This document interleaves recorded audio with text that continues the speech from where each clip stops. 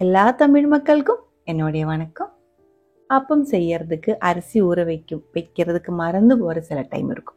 அந்த டைமில் ஈஸியாக செஞ்செடுக்கிறதுக்கு நம்ம வீட்டில் ஃபாலோ செய்கிற ஒரு மெத்தட் தான் இன்றைக்கி நான் உங்களுக்கு கூட ஷேர் பண்ண போகிறது. அது கூடவே ரொம்ப டேஸ்டியாக இருக்கிற ஒரு க்ரீன் பீஸ் மசாலா கறியோட ரெசிபி கூடி இன்க்ளூட் பண்ணியிருக்கு. ரெண்டுமே எப்படி செய்யலான்னு பார்த்துட்டு வரலாம். முதல்ல 1.5 கப் அளவுக்கு பச்சை அரிசி நல்லா கழுகானதுக்கு அப்புறம் ஒரு பவுலுக்குள்ள மாற்றி இருக்கு.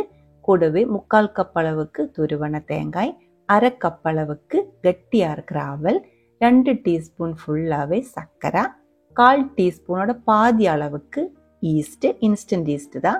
அவல் இல்லாருந்தா நீங்க 3/4 கப் அளவுக்கு வேக வச்சு சாதம் சேர்த்தும் செஞ்சு எடுத்துக்கலாம்.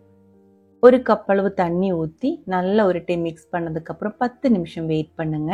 10 நிமிஷத்துக்குள்ளே அவல் நல்லா ஊறி கிடைச்சிடும். அதுக்கப்புறம் அரிசியோட லெவலுக்கு தண்ணி ஊற்றி மூடி வச்சுக்கோங்க. தண்ணி வந்துட்டு சாதாரணமாக இருக்கிற பச்சை தண்ணி இல்லை இருந்தால் லைட்டாக சூடாக இருக்கிற தண்ணி ஊற்றிடலாம். ஐஸ் தண்ணி ஊற்றக்கூடாது. 4 மணி நேரத்துக்கு அப்புறம் பாருங்க, இந்த தண்ணி லைட்டாக கொஞ்சம் நிறையா வந்திருக்கு. அதுக்கப்புறம் நம்ம இது மிக்சி ஜாருக்குள்ளே போட்டு அரைச்சி எடுத்துக்கலாம். பாதி பாதியாக போட்டு வேணாலும் அரைச்சி எடுத்துக்கலாம். எப்படி அரைச்சாலும் இந்த மாவு சூடாகக்கூடாது. நல்ல திக்காக எல்லாம் அந்த தண்ணியோடு சேர்த்து அப்படியே அரைச்சி எடுத்துருக்கு. நல்லா சாஃப்டாக ஸ்மூத்தாக அரைச்சிக்கோங்க. 1/2 டீஸ்பூன் அளவுக்கு உப்பு கூடி சேர்த்ததுக்கு அப்புறம் கலக்கி மூடி வச்சுக்கோங்க. 10 நிமிஷத்துக்கு அப்புறம் அப்பம் செய்ய ஆரம்பிச்சுக்கலாம். நம்ம இப்போ சைட் டிஷ் ஒரு கறி செய்யறதுனால கறி முடிச்சதுக்கு அப்புறம் அப்பம் செய்யறதுக்கு எடுத்துக்கலாம். அப்போ வந்துட்டு நல்லா சாஃப்டாக கிடைச்சிடும்.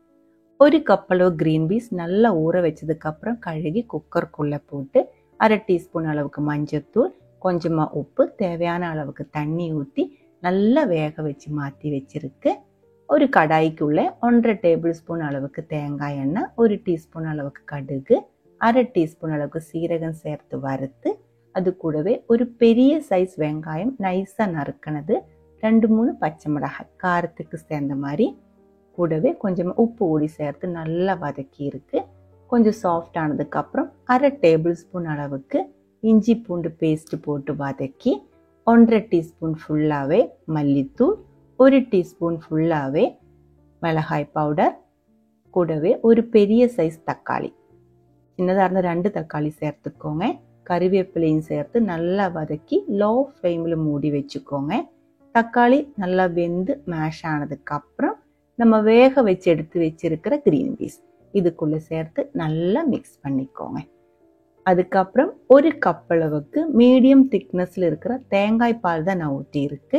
நல்லா கலக்கி விட்டதுக்கு அப்புறம் கொஞ்சம் நேரம் கொதிக்க விட்டு 1/2 டீஸ்பூன் அளவுக்கு சிக்கன் மசாலா பவுடர் இல்லை அந்த கரம் மசாலா பவுடர், அந்த மாதிரி ஏதோ ஒரு மசாலா பவுடர் சேர்த்து நல்லா கொதிக்க விட்டதுக்கு அப்புறம் லாஸ்ட்டாக கொஞ்சம் கொத்தமல்லி இலையும் கூடி கட் பண்ணி சேர்த்து டேஸ்ட் பேலன்ஸ் பண்ணுறதுக்காக 1/2 டீஸ்பூன் அளவுக்கு சர்க்கரை கூடி சேர்த்து நல்லா கலக்கி தீ ஆஃப் பண்ணிடுங்க. ரொம்ப டேஸ்டியாக இருக்கிற ஒரு க்ரீன் பீஸ் மசாலா கறி ரெடியாக இருக்குது. நான் இதுக்குள்ளே கரம் மசாலா பவுடர் தான் சேர்த்துருக்கேன். அவ்வளவுதான். கறி ரெடி ஆனதுக்கப்புறம் நம்மளோட மாவு பாருங்கள். கறி ரெடி பண்ணுறதுக்கு ஷூட் பண்ணி எடுத்ததுனால ஒரு 1/2 மணி நேரம் ஆயிடுச்சு எனக்கு. அப்போ வந்துட்டு மாவு இந்த அளவுக்கு பொங்கி வந்திருக்கு.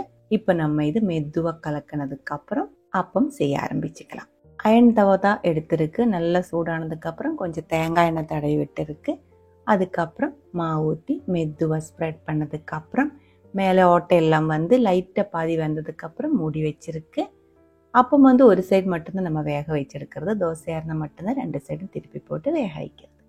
அவ்வளோதான். இந்த ஒரு ரெசிபி செய்யறதுக்காக ஈவினிங் 3 மணிக்கு தான் அரிசி ஊற வச்சேன். சாயந்தரம் இல்லை நைட்டு டின்னர் வந்து ரெடியாக இருக்குது. பிடிச்சிருந்தா கண்டிப்பாக ட்ரை பண்ணி பாருங்கள். அதுக்கப்புறம் உங்களோட கமெண்ட்ஸ் எல்லாம் சொல்லிடுங்க. இந்த சமையல் பிடிக்கிற ஃப்ரெண்ட்ஸுக்கு மறக்காமல் ஷேர் பண்ணி விட்டுக்கோங்க. நீங்கள் இது வரைக்கும் நம்ம சேனலுக்கு கொடுத்துட்ருக்கிற சப்போர்ட்டுக்கு ரொம்ப ரொம்ப நன்றி. உடனே பார்க்கலாம் இன்னொரு ரெசிபியோட. அது வரைக்கும் வணக்கம்.